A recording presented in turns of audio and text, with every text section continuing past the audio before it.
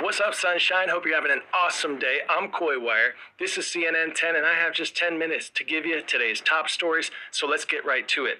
We begin in Paris, where a high-profile heist has rocked the world's most visited museum, the Louvre.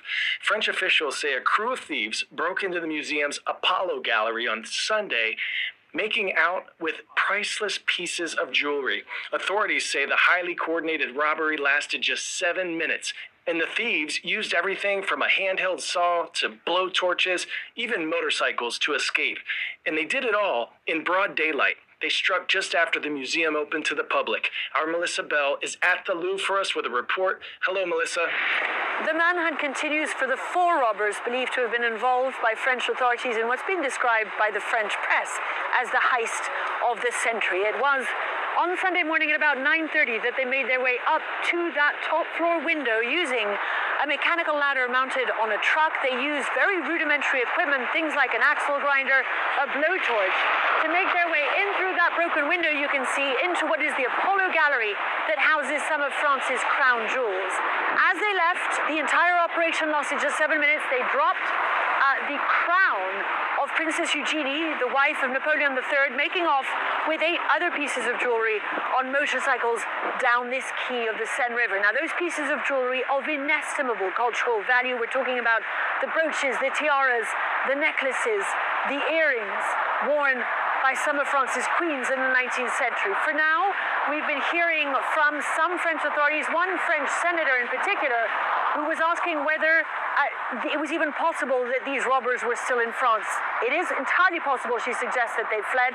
It is entirely possible as well that these jewels will ultimately be melted down to be sold separately, the gold on one hand, the precious gems on the other. This is the worst case scenario for French authorities who just want to get their hands back on these cultural national treasures. Hindus around the world are celebrating Diwali. The Festival of Light began yesterday, but the world is a bit more conscious of the environment nowadays, and there's one Diwali tradition that's undergoing some changes. CNN's Paulo Sandoval has more. Diwali, the Festival of Lights, is an iconic Indian holiday, celebrated by the lighting of lamps, big family dinners, and in some places, setting off firecrackers, or crackers as they're called in India.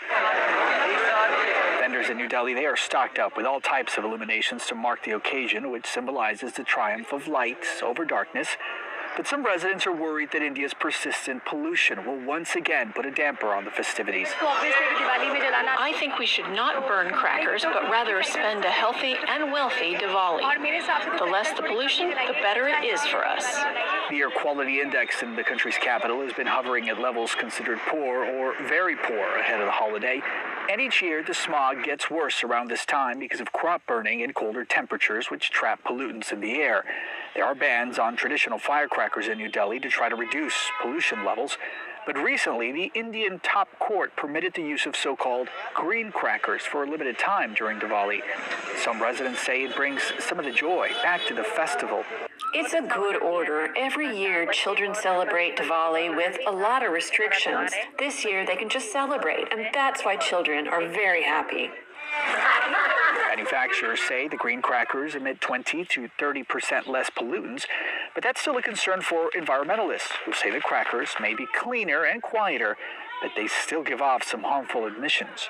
Delhi already has a pollution baseline, of being one of the worst polluted cities of the world. And each year we see on the eve of Diwali or the night of Diwali, the air quality index reaches almost 20 to 30 times worse than the permissible limits.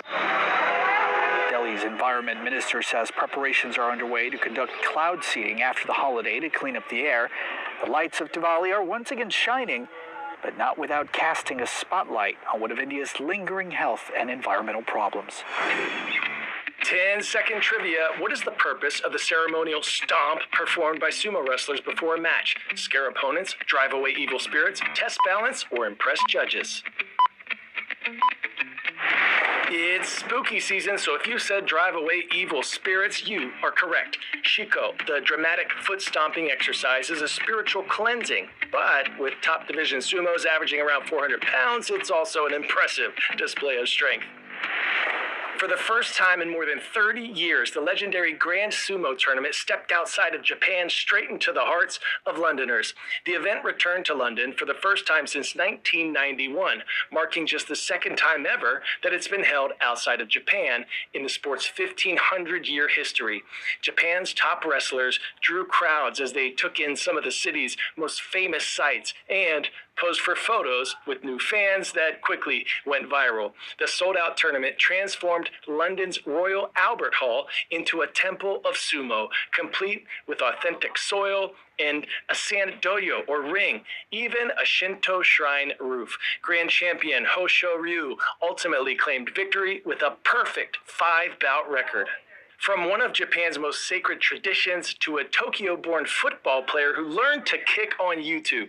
This reminds me of the phrase, you have to see it to be it. The University of Hawaii's Kansei Matsuzawa taught himself how to kick by watching videos on YouTube. Now, the 26-year-old, nicknamed the Tokyo Toe, just might be the best kicker in the country. He's a perfect 20 for 20 on field goals this season, hasn't missed an extra point, and last weekend, he broke the school record for most consecutive field goals made. Our Patrick Snell got a chance to kick it with Kansei to hear more about his amazing journey. It started with a kick, and Kansei Matsuzawa's life has never been the same since. Kansei nailed a 38-yarder as time expired to give the University of Hawaii a dramatic season-opening victory over Stanford. Rich reward for a young athlete who didn't even know how to kick or indeed speak English until he started watching YouTube videos. In the beginning, when I was in Japan, I had no coaches, so I feel like I have to do it myself. So I use YouTube first. I was looking for NFL player on YouTube by trying to imitate the best of the best. So T-Hawks kicker, Jason Myers, that was my model when I started kicking. I've never met him before, but he actually texted me on Instagram after game-winning field goal, and that was actually amazing. Kansei was a standout soccer player as a teenager, but he failed an exam and didn't go to college in Japan. His passion, joy, and energy all gone. But everything changed after his parents offered their son a chance to visit the U.S., a Raiders-Rams NFL game that he attended, fueling his fire to one day return to America and pursue his dreams. It's no wonder that winning kick against Stanford was so special for both player and coach alike. I really wanted to win that game. Visualization is really important.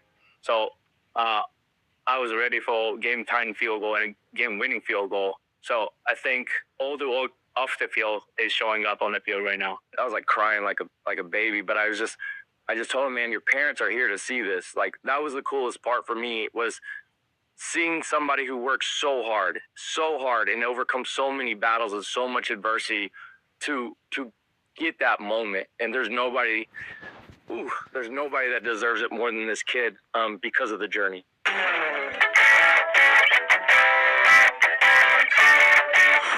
Today's story getting a 10 out of 10. Fuck Barrio Los Aztecas.